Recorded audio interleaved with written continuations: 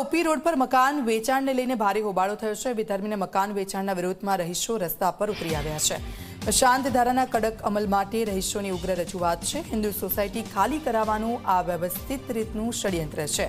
હિન્દુ સંગઠનનું આ કહેવું છે 1 વર્ષ પહેલા પણ મકાન વેચાણ પ્રક્રિયા વિરોધને પગલે અટવાઈ હતી। વડોદરાના પોશ વિસ્તાર ગણાતા ઓલ્ડ પાદરા રોડ પર ફરી એકવાર અશાંત ધારાના ભંગ અને મકાન વેચાણને લઈને વિવાદ વકર્યો છે। ત્યારે ઓપી રોડ પર આવેલી આનંદવન સોસાયટીના રહીશો આજે મોટી સંખ્યામાં કલેક્ટર કચેરીએ ઉમટી પડ્યા હતા। રહીશોનો આક્ષેપ છે કે તેમની સોસાયટીમાં નિયમોને નેવે મૂકીને વિધર્મીને મકાન વેચવાની પેરવી કરવામાં આવી રહી છે। હાલ તો કલેક્ટર તંત્રે રહીશોની રજૂઆત સાંભળીને યોગ્ય તપાસની ખાતરી આપી છે, પરંતુ વડોદરામાં સમયાંતરે ઉઠતો અશાંત ધારાનો આ વિવાદ હવે રાજકીય અને સામાજિક ગરમાવો પકડી રહ્યો છે।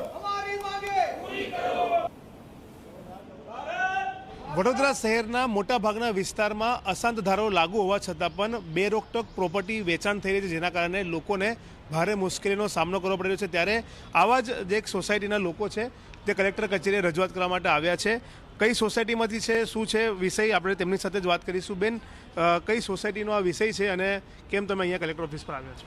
આનંદવન સોસાયટીમાં અમે લોકો રહીએ છીએ। આનંદવન સ્પ્રિંગવુડ સોસાયટી એ એક જ દિવાલે બનેલી સોસાયટી છે અને અમારી સોસાયટીમાં 2 ઘર બંધ છે। આ જે 2 ઘર બંધ છે ત્યાં વારંવાર વિધર્મી પરિવારોમાંથી લોકો વિઝિટ કરી રહ્યા છે। અમને લોકોને ઇનડાયરેક્ટલી મેસેજ પણ આપવામાં આવે છે કે તમારે ઘર વેચવાની ઈચ્છા છે, કારણ કે હવે વિધર્મી આ એરિયામાં આવી રહ્યા છે વધારે, તો સમયસર નીકળી જાવ તો સારું, ભાવ સારો મળશે। આ અત્યારની કન્ડિશન ચાલી રહી છે। કન્સેન્ટ લેવાનું થતું હોય છે, તો તમારી સોસાયટીમાંથી એ પ્રક્રિયા થઈ રહી છે કે પછી ડાયરેક્ટલી કઈ થઈ રહ્યું છે? એક ઘર છે, એ ઘરમાં ઓલરેડી વર્ષ પહેલાંથી આ કાર્યવાહી ચાલુ હતી, જેમાં કહેવાય છે કે કેશ લેવાઈ છે। પોલીસમાંથી મને કોન્ટેક્ટ પણ કરવામાં આવેલો હતો કે તમને કોઈ વિરોધ છે, તમારી સોસાયટીમાં કોઈ આવી રીતે આવી શકે છે રહેવા માટે? ત્યારે અમે લોકોએ કીધેલું કે હા, અમને લોકોને વિરોધ છે। સો પોલીસે એ વખતે એમની ફરજ નિભાવેલી હતી। હિન્દુ સંગઠનમાંથી પણ છે, તમે શું કહેશો, શું રજૂઆત કરવા માટે અહીં આવ્યા છો? અશાંત ધારા માટે ઘણીવાર રજૂઆત કરી, પણ કોઈ દિવસ અમલ નથી થતું। કે આ લગભગ 10 થી 15 વાર આવેદનપત્ર આપ્યું છે, સરકારને રજૂઆત કરવામાં આવે છે, પણ અમલ કેમ નથી થતું એ કાંઈ સમજ નથી પડતી। વારંવાર મહિનો, 2 મહિના, 6 મહિનામાં આવી ઘટનાઓ હિન્દુ વિસ્તારને ટાર્ગેટ બનાવવામાં આવે છે, ફક્ત ને ફક્ત ઇરાદાપૂર્વક। તો આ ષડયંત્ર જે કંઈ રચાતું હોય તો આની પર સરકાર આને પર કડક કાર્યવાહી કરે અને ધ્યાન દોરે, એ અમારો મુખ્ય વિષય છે। દાદા, શું કહેશો, આનંદવન સોસાયટીમાં જે રીતના મકાન વેચવાની હિલચાલ ચાલી રહી છે, સોસાયટીમાંથી કોઈને પૂછવામાં આવી રહ્યું છે કે ડાયરેક્ટ અશાંત ધારાની મંજૂરી આપવામાં આવી છે, તો કે હજુ નથી મળી? ડાયરેક્ટ અશાંત ધારાની મંજૂરી આપવાનો સવાલ નથી આવતો। આનંદવન સોસાયટીમાં આ બીજો ઇન્સિડન્સ બની રહ્યો છે। હું મુક્તિનગર સોસાયટીનો રહેવાસી છું અને અમારી સોસાયટીમાં પણ આ પ્રકારના વ્યવહાર થઈ રહ્યા છે અને તે સીધા બારોબાર થાય છે।